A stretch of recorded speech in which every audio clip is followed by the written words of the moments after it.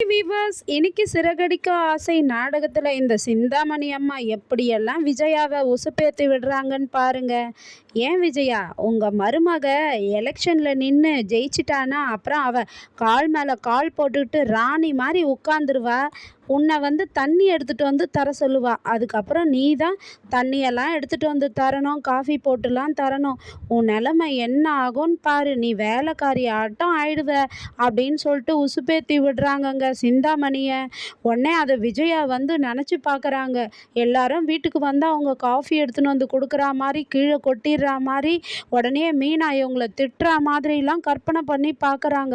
கற்பனை பண்ணதும் ஒரு மாதிரி ஆயிடுறாங்க. உடனே சிந்தாமணி அவங்க மூஞ்சியே பார்த்து, என்ன விஜயா, என்ன யோசிக்கிற அப்படின்னு கேட்குறாங்க. இல்லை சிந்தாமணி, நீ சொன்னதை நினச்சி நான் யோசிக்கிறேன். கற்பனை பண்ணி பார்த்தேன், அதை என்னால் தாங்கவே முடியல. அவள் எப்படி எலெக்ஷனில் நின்னா என்னை கேட்காம எப்படி அவள் நிற்க முடியும்?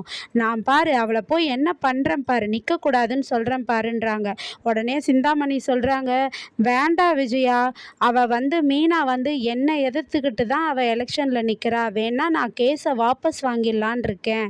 ஏன்னா நீயும் உன் மருமக நல்லா வளர்றது வளர்ச்சி ஆசைப்படுவல்ல, உனக்கும் மரியாதை தானே. உங்கள் மருமக ஜெயிச்சு தலைவராக ஆயிட்டானா, அதனால் நான் வாபஸ் வாங்கிக்கிறேன் விஜயா அப்படின்றாங்க. உடனே விஜயா சொல்கிறாங்க, எதுக்கு நீங்கள் எதுக்கு வாபஸ் வாங்கிக்கிறீங்க? உங்களை எதிர்த்து நிற்கிறதுக்கு அவளுக்கு என்ன தகுதி இருக்குது? அவளுக்கு படிப்பு இருக்கா, பட்டம் இருக்கா, என்ன இருக்குது, பணம் இருக்கா? நீங்கள் நில்லுங்க மாஸ்டர், நீங்களாம் வாபஸ் வாங்காதீங்க அப்படின்னு சொல்லிட்டு போகிறாங்க. நான் வீட்டில் போய் வச்சுக்கிறேன், அவளுக்கு இருக்கு பாரு அப்படின்னு சொல்லிட்டு கோவமாக வராங்க.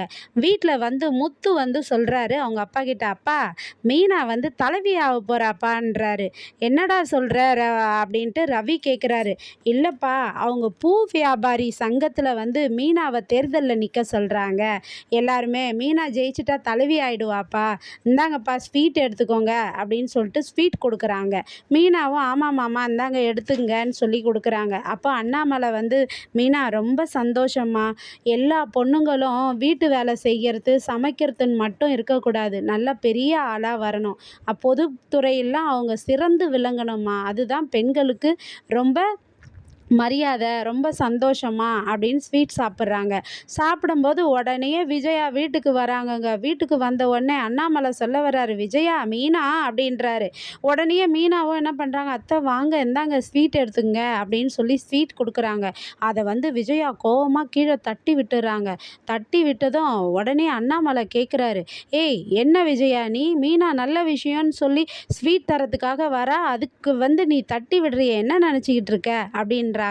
உடனே என்ன அவ நினச்சிட்டு இருக்கா அப்படின்னு சொல்லிட்டு திட்டுறாங்க. இவ ஏன் எலெக்ஷனில் நிற்க போறா அப்படின்னு சொல்லிட்டு கேட்குறாங்க. உடனே முத்து கேட்குறாரு, அம்மா அப்பா இன்னும் உங்ககிட்ட சொல்லியே முடிக்கல, அதுக்குள்ளே எப்படி மீனா எலெக்ஷனில் நிற்கிறான்னு உனக்கு தெரியும் அப்படின்னு சொல்லி முத்து கேட்குறாரு. எல்லாம் நீங்கள் பேசியிருந்தீங்கல்ல, அதை நான் கேட்டேன் அப்படின்னு சொல்லி சமாளிக்கிறாங்க. அதுக்கப்புறம் ஏய் உனக்கு என்னடி தகுதி இருக்குது, நீ எலெக்ஷனில் நிற்க போகிற, நீ இதெல்லாம் நிற்க தேவையில்லை, அப்புறம் நீ எலெக்ஷனில் நின்றுட்டீன்னா என்னை நீ மதிக்கவே மாட்ட அப்படின்னு சொல்கிறாங்க. உடனே அத்தை இல்லை அத்தை, எனக்கு எலெக்ஷன்லாம் நிற்கணும்னு ஆசை இல்லை அத்தை, அந்த பதவி புகழெலாம் எனக்கு ஆசை இல்லை, ஆனால் எல்லாருக்கும் நல்லது செய்யணும்னு ஆசை தான், நான் சிந்தாமணியை எதிர்த்துக்கிட்டு தான் நிற்கிறேன் அப்படின்றாங்க. என்னது சிந்தாமணியை எதிர்த்துக்கிட்டு நிற்கிறியா? அவங்கள எதிர்த்து நிற்கிறதுக்கு என்னடி உனக்கு தகுதி இருக்குது? நீ வெறும் பூ கட்டுறவ தான், அதை வச்சு நீ ஞாபகம் வச்சுக்கோ, அதை விட்டுட்டு நீ இந்த மாதிரி பதவிக்கெல்லாம் போகாத அப்படின்னு சொல்கிறாங்க. உடனே முத்து சொல்கிறாரு, மீனா நீ எப்படியாவது கஷ்டப்பட்டு நீ நில்லும் மீனா, நான் உன் கூட இருக்கிறேன் அப்படின்னு முத்து சொல்கிறாரு. அம்மா உங்களுக்கு மீனாவுடைய வளர்ச்சி பிடிக்கலையா? மீனா எப்பவுமே அம்மா சொல்கிறதுக்கெல்லாம் தலையாட்டிக்கிட்டே இருக்கணும்ப்பா, எது சொன்னாலும் அப்போ தான் அம்மாவுக்கு பிடிக்கும், மீனா எலெக்ஷனில் நிற்கிறதுலாம் அம்மாவுக்கு பிடிக்காதுப்பா அப்படின்றாங்க.